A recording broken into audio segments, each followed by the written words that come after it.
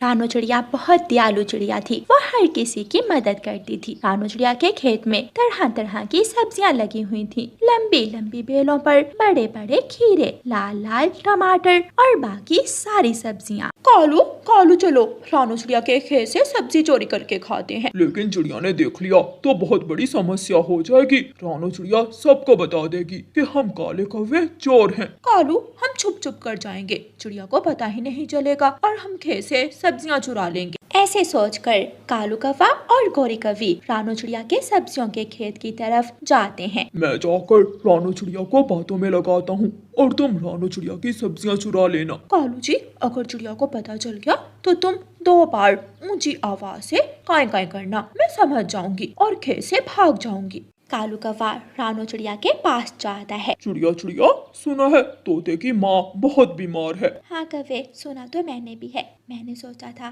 कि मैं किसी दिन तोते की माँ को देख कर आऊंगी, लेकिन टाइम ही नहीं मिला। मैं जाऊंगा कल, अगर तुमने जाना हुआ तो तुम भी मेरे साथ आ जाना। कालू कौवा रानू चिड़िया का ध्यान बातों में बांट रहा था और पीछे से गोरी कौवी रानू चिड़िया के खेत से बड़े बड़े खीरे तोड़ रही थी। चिड़िया चिड़िया, कल मिलेंगे। अच्छा, अब मैं चलता हूँ। कालू कौवा वहाँ से चला जाता है। गोरी कौवी भी सब्जियों की टोकरी भरकर खेत से उड़ती है। कौवा और कौवी अपने घर पहुँच जाते हैं और दोनों कौवे मजे मजे से बैठकर सब्जियां खाने लगते हैं। ये खीरा तो बहुत स्वादिष्ट है। कालू कालू जी, तुम एक बार ये टमाटर खा कर तो देखो, ये टमाटर खट्टा मीठा बहुत मजे का है।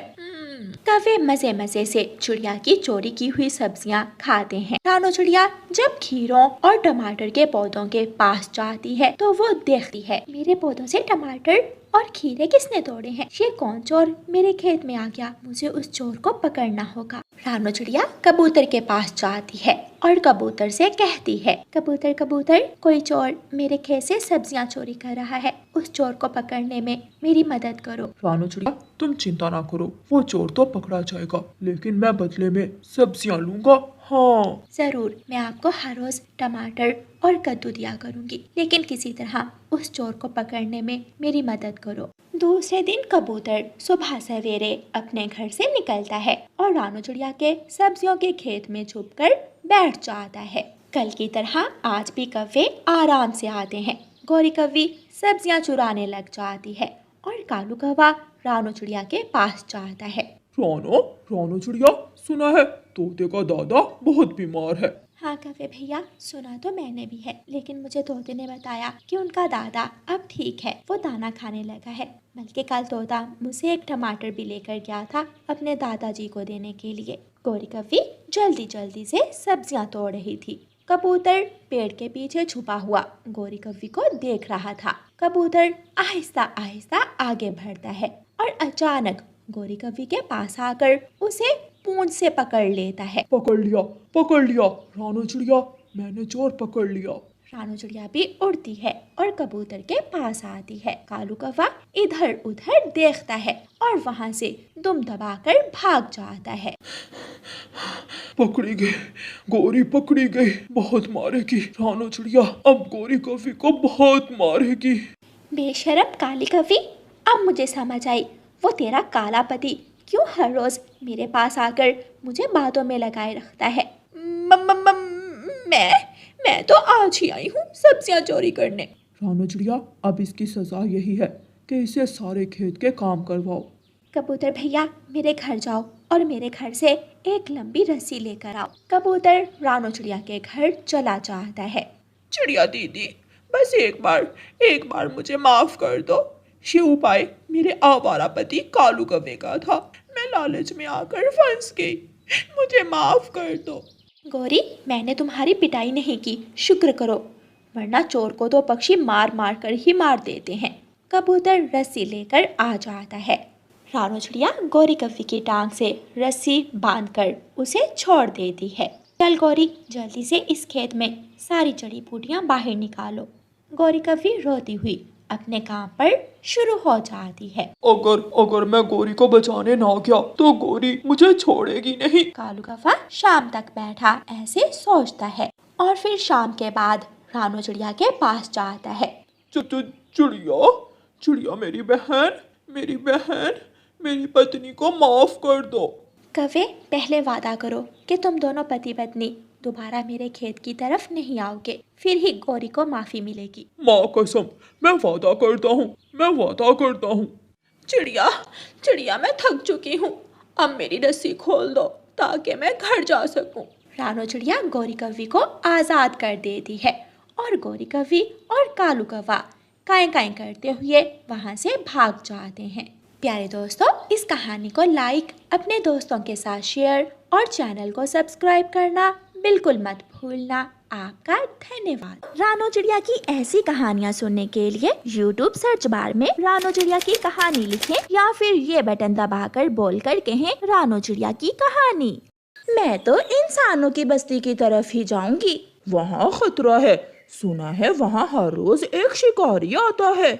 शिकारी? भला शिकारी हम कौवों को क्यों पकड़ेगा? मैं तो जाऊंगी, मुझे वहाँ की बेरियां बहुत पसंद हैं। फिर गौरी कौवी कालू को साथ लेकर जंगल के बाहरी हिस्से की तरफ चली जाती है। बेरी के पेड़ पर बैठकर गौरी कौवी मजे मजे से बेरियां खाने लगती है। पत्ते हिलते हैं, एक रस्सी पत्तों से बाहर आती है और गौरी कौवी जाल में फंस जाती है। कौवा डरकर थोड़ी दूर बैठ जाता है। शिकारी भी पेड़ के पीछे से निकलकर कौवी की तरफ भागता है। कालू, बचा लो मुझे। कालू, अपनी पत्नी को ऐसे मरने के लिए छोड़कर ना जाना। शिकारी इंसान गौरी कौवी को जाल से निकालकर पिंजरे में कैद कर लेता है। कौवा डरता डरता इंसान शिकारी के पास आता है। शिकारी इंसान, मेरी पत्नी को छोड़ दे। मेरी पत्नी तो कभी घोंसले में नहीं बैठी, ये पिंजरे में कैसे रह पाएगी? ये मर जाएगी। मुझे छोड़ दो शिकारी, ना तो मैं इतनी सुंदर हूँ और ना ही मेरा मांस ज्यादा स्वादिष्ट होगा। फिर तुमने मुझे क्यों पकड़ लिया है? हम इंसान हाथ या माल कभी नहीं छोड़ते, कभी ही सही है तो पक्षी, ज्यादा मांस नहीं शोरबा तो बनेगा। अगर तुम मेरी पत्नी जी को छोड़ दो तो मैं लाऊंगा तुम्हारे लिए एक सुंदर पंखों वाली चिड़िया जो बहुत सुंदर है, मोटी भी, और उसके अंडे भी तुम खा सकोगे। तो ठीक है, मैं ये कौवी लेकर जा रहा हूँ, तुम उस चिड़िया को ले आओ और अपनी पत्नी को ले जाना। मान गया कालू जी, शिकारी मान गया। अब किसी तरह उस कमजोर चिड़िया को शिकारी के पास ले आओ। कालू, ध्यान से करना सारा काम। जाते जाते गौरी कौवी दूर से ही बोले जा रही थी। शिकारी गौरी कौवी को घर ले जाता है और पिंजरा एक पेड़ से लटका देता है। कालू कौवा घने जंगल में वापस जाता है। कौवा चिड़िया के पास जाता है। चिड़िया नदी पर बैठी हुई थी। चिड़िया, मेरे साथ चलो, मैं तुम्हें किसी से मिलवाना चाहता हूँ। मगर किससे? पहले बताओ, फिर ही मैं जाऊंगी। एक इंसान जो आज ही मेरा दोस्त बना है, वो हमें खाने को मिठाई भी देगा और फल भी। मगर इंसान का भरोसा नहीं। मेरी माँ ने कहा था कि इंसान बहुत लालची होते हैं, वो अपने फायदे के लिए किसी को भी मार सकते हैं। नहीं चिड़िया, जैसे हम पक्षी अच्छे और बुरे, ऐसे इंसान भी अच्छे और बुरे होते हैं। मेरा विश्वास करो, मेरे साथ चलो। चिड़िया कौवे की बातों में आ जाती है। तुम मेरे पड़ोसी और मेरे दोस्त हो, मैं तुम्हारा विश्वास करती हूँ। फिर चिड़िया कौवे के साथ चली जाती है। कौवा चिड़िया को साथ लेकर इंसानों की बस्ती की तरफ चला जाता है। शिकारी अपना जाल लेकर फिर से जंगल में पहुंच गया था। कौवा चिड़िया को उसी बेरी के पेड़ पर ले जाता है जहां से गौरी जाल में फंसी थी। तुम यहाँ बैठो चिड़िया, मैं अभी अपने दोस्त इंसान को लेकर आता हूँ। कौवा जैसे ही दूसरे पेड़ के पास जाता है, शिकारी रस्सी खींच लेता है और चिड़िया जाल में फंस जाती है। चिड़िया रोने लग जाती है। धोखा, तुमने मेरे साथ धोखा किया है। कौवे, तुम बुरे हो, तुम बहुत बुरे हो। कौवा तुरंत शिकारी के पास आता है। मैंने अपना वादा पूरा किया और अब आप भी अपना वादा पूरा करो, छोड़ दो मेरी पत्नी को। हाँ कौवे, वो कौवी मेरे किसी काम की नहीं, ये चिड़िया तो बहुत काम की है। शिकारी चिड़िया को पिंजरे में कैद करके घर ले जाता है और गौरी को छोड़ देता है। गोरी कव्वी पिंजरे से निकलते ही भाग जाती है। कालू, तुम बहुत अच्छे हो, तुमने मेरी जान बचा ली।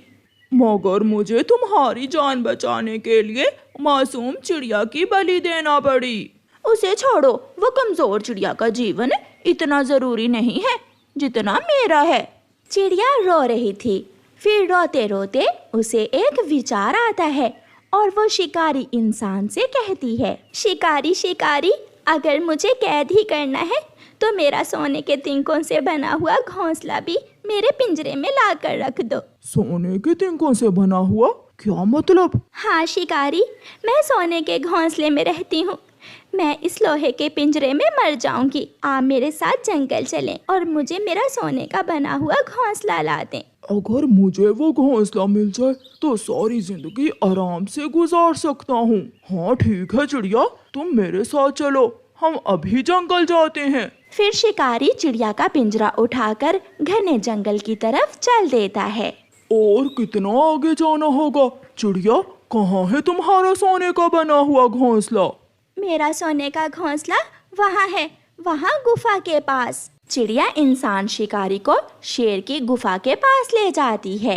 किसी इंसान की गंध सूंघकर शेर गुफा से बाहर निकलता है, जिसे देखकर शिकारी पिंजरा वहीं फेंक कर भाग जाता है। पिंजरा गिरते ही खुल जाता है और चिड़िया फुर्र से उड़ जाती है। मेरा ये घोंसला सोने का ही है। कोई इंसान कैसे जान सकता है कि हम पक्षी इन घोंसलों में कितने खुश रहते हैं। मम्मा चिड़िया, पापा चिड़िया और उनकी एक बेटी दाना लेने घर से निकले हुए थे। उनकी बेटी ने अभी अभी ही उड़ना सीखा था। वो अपने मम्मा और पापा को आवाज दे रही थी, मम्मा मम्मा, पापा पापा, रुके, वो देखे, यहाँ आए। मम्मा और पापा चिड़िया रुक जाते हैं। वो अपनी बेटी के पास आते हैं। मम्मा पापा, वो देखें, वो सामने आम का पेड़ है, उस पर पके हुए आम लगे हुए हैं। नहीं नहीं बेटी, कभी भूल कर भी उस आम के पेड़ की तरफ न जाना। जल्दी चलो, जल्दी यहाँ से दूर निकल जाओ। वो सब फिर से उड़ते हैं। जंगल में नदी के पास जाकर उन्हें दाना मिल जाता है। मुझे वो आम खाना था, आपने मुझे वो आम क्यों नहीं दिया पापा? घर चलो बेटा, मैं घर जाकर आपको सब बताऊंगा। गुड़िया बेटी, जल्दी जल्दी दाना खा लो और फिर घर जाते हैं। सब दाना खा लेते हैं और फिर अपने घर की तरफ उड़ते हैं। रात हो जाती है। मम्मा चिड़िया अपने घोंसले में लेट जाती है और गुड़िया अपने पापा के साथ दूसरे घोंसले में लेट जाती है। पापा, मुझे बताइए, उस आम के पेड़ में ऐसा क्या खतरा था जो आपने मुझे वहाँ नहीं जाने दिया? गुड़िया बेटी, मुझे आज भी वो बात अच्छे से याद है जब मैं छोटा सा था और हमारे घर के दरवाजे पर एक कौवा आता है। मानो, चलो चलो, इंसानों की बस्ती के पास बड़े आम के पेड़ पर आम पक गए हैं। मैं छोटा सा था, मैंने भी अपने पापा के साथ जाने की जिद की तो मेरे पापा भी मुझे अपने साथ ले गए। मेरे पापा, मैं और वो कौवा उड़ते उड़ते उस बड़े पेड़ पर पहुंच जाते हैं। लो मेरे बेटे, ये मीठा मीठा आम खा लो। अभी मेरे पापा ने मुझे वो आम दिया ही था कि एक गोली तेजी से आती है और मेरे पापा का सीना चीरती हुई गुजर जाती है। मैं बहुत रोया, बहुत चिल्लाया। वो कौवा भी वहाँ से भाग गया था और मैं अकेला वहाँ बैठकर रो रहा था। गुड़िया रोने लग जाती है। नहीं, मुझे नहीं खाना, मुझे वो आम कभी नहीं खाना। जिस आम के पेड़ की वजह से मेरे पापा को इतना दुख हुआ, मैं वो आम कभी नहीं खाऊंगी। अच्छा, अब चुप कर जाओ और सो जाओ मेरी बेटी। सुबह हो जाती है। हर रोज की तरह सारा परिवार फिर से अपने भोजन की खोज में निकल जाता है। सूखे के कारण जंगल में दाने की बहुत कमी थी। वो सब उड़ते उड़ते दूर निकल जाते हैं। एक तोता सामने बैठा हुआ था। वो सब वहाँ रुकते हैं।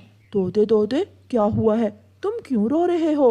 मेरा बेटा घर में भूखा है। मैं दाना लेने निकला था कि मेरे पाँव पर चोट लग गई। अब मैं अपने बेटे के लिए दाना कैसे लेकर जाऊंगा? मिठू, आप चिंता ना करें, मैं अभी आपको कहीं से दाना ढूंढ कर ला देता हूँ। मम्मा चिड़िया और उसकी बेटी तोते के पास बैठ जाती हैं और पापा चिड़िया फिर से उड़ता है। बहुत मुश्किल से पापा चिड़िया को एक मैदान से कुछ दाने मिल जाते हैं। इन दानों से तोते और उसके बेटे का पेट भर जाएगा। पापा ये सोचकर वो दाना लेकर वापस आता है। लो मिठू, इसे अपने घर ले जाओ, खुद भी खाओ और अपने बेटे को भी दो। मिठू बहुत खुश होता है और वो दाना लेकर वहाँ से चला जाता है। पापा, इन दिनों दाना बहुत थोड़ा है, आपने फिर भी मिठू अंकल को दाना ला कर दिया है, ऐसा क्यों? बेटी, हमें हमेशा दूसरों की मदद करनी होती है, हालात कैसे भी हों। पहले जो मुसीबत में हो उसकी मदद करो और फिर बाद में अपना सोचो। गुड़िया के पापा, अब चले, मुझे भूख लग रही है। वो सब फिर से उड़ते हैं। थोड़ी दूर एक बुलबुल उन्हें आवाज देती है, पक्षियों यहाँ आओ, आप सब यहाँ आ जाओ। चिड़ियाओं का परिवार वहाँ जाता है। मेरे इस पेड़ पर आम पक गए हैं, अगर ना तोड़े तो गल सड़ जाएंगे, ये आम आप ले जाओ और खा लो। ये सुनकर वो सब बहुत हैरान होते हैं। पापा, शायद ये उसी नेकी का बदला है जो रास्ते में आपने तोते अंकल से की थी। हाँ मेरी बेटी, ऊपर वाला हमारी नेकी का सिला हमें हमेशा देता है, कभी जल्दी तो कभी देर से। गुड़िया बेटी, आपको आम खाने थे ना, देखो ऊपर वाले ने आपको आम दे दिए हैं। फिर वो सब पेट भरकर वहाँ से आम खाते हैं और कुछ आम तोड़कर अपने साथ अपने घर भी ले जाते हैं। इसीलिए तो कहते हैं, हमेशा दूसरों की मदद करो।